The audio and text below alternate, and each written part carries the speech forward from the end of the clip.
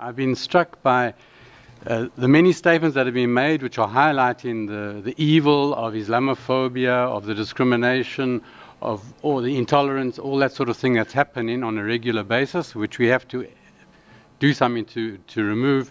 But the only way we're going to do it is by tackling the root causes of these. And I'm not sure we've identified sufficiently all the root causes that are giving rise to this. Mention has been made about those who feed off the fear that exists. Now we need to understand a lot more about what is feeding the fear that is giving rise to the Islamophobia and the other things that we've been talking about here. And I think our friend there identified a lot of the sort of things I would want to say. But I would just want to add that in my own experience in dealing with people who are not Muslims, Christians and other minority groups in several of the different Islamic countries, the experience coming back from that is that they feel very much second-class citizens and not treated equally. And that's what is the message that comes through to people who are in Europe, who are hearing when they see what they often see as mass migration into Europe of Muslims, the fear of becoming something like that, it becomes a very important part that's feeding the fear.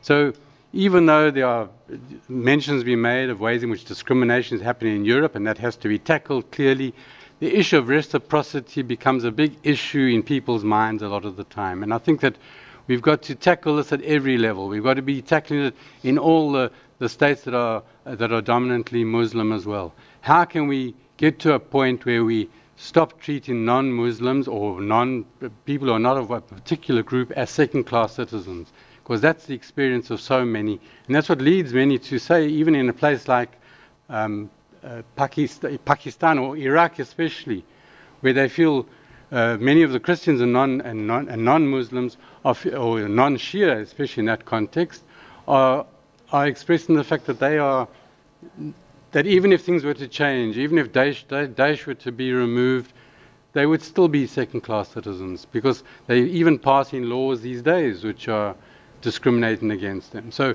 unless we tackle things at that level, and unless every state which has a Muslim majority, as states which have Christian majorities have to do, how can we avoid those people of the other religions being seen and experienced and feeling like they are second-class citizens?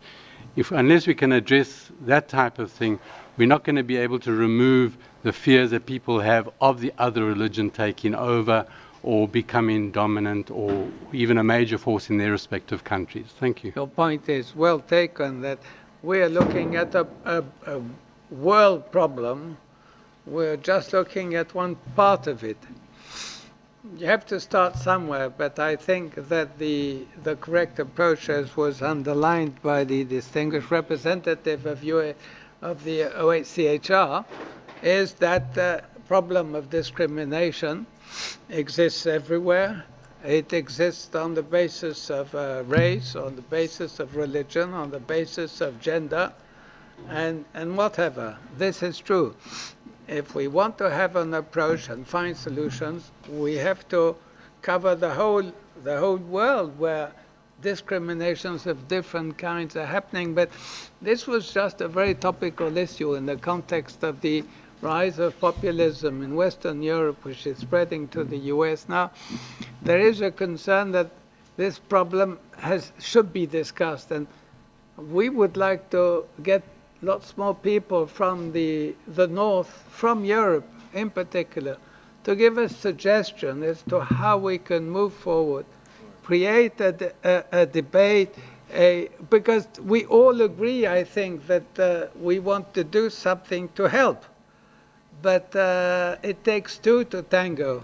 We would like to get we're very grateful to the EU, to Germany, to France, and to many others to have honored us with their presence today. We haven't heard them.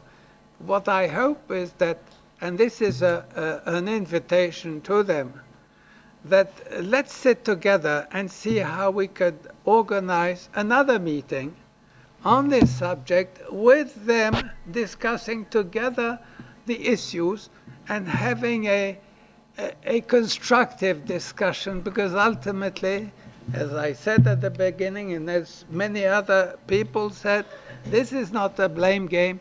This is trying to see if we could help create more harmony. That's why we put the word harmony. That's why we said in the title of the document, citizenship plus diversity equal progress.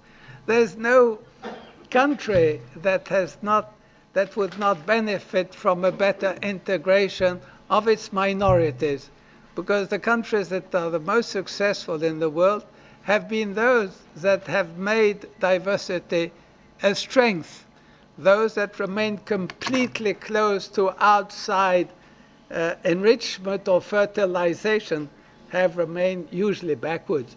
So this is why we talk about progress, and this is why I'd like to invite all of you to give us another opportunity to have a debate where we could have a broader discussion. And why not? Let's move to another region later, but let's see if we could have a program of action that can be helpful to assist the societies in Western Europe in particular, in a context, a political context, which is pretty tricky for the moment, and where all have a case. I'm not saying that some people are bad and others are good. We all have a case, but let's see how we could work better together. Thank you all for your presence here today. Look forward to your future participation if you haven't participated in the discussion this time. And say farewell and thank you in the name of all the panel members. Those present, our chairman had to take a plane to leave, but we are really grateful to all of you. Thank you.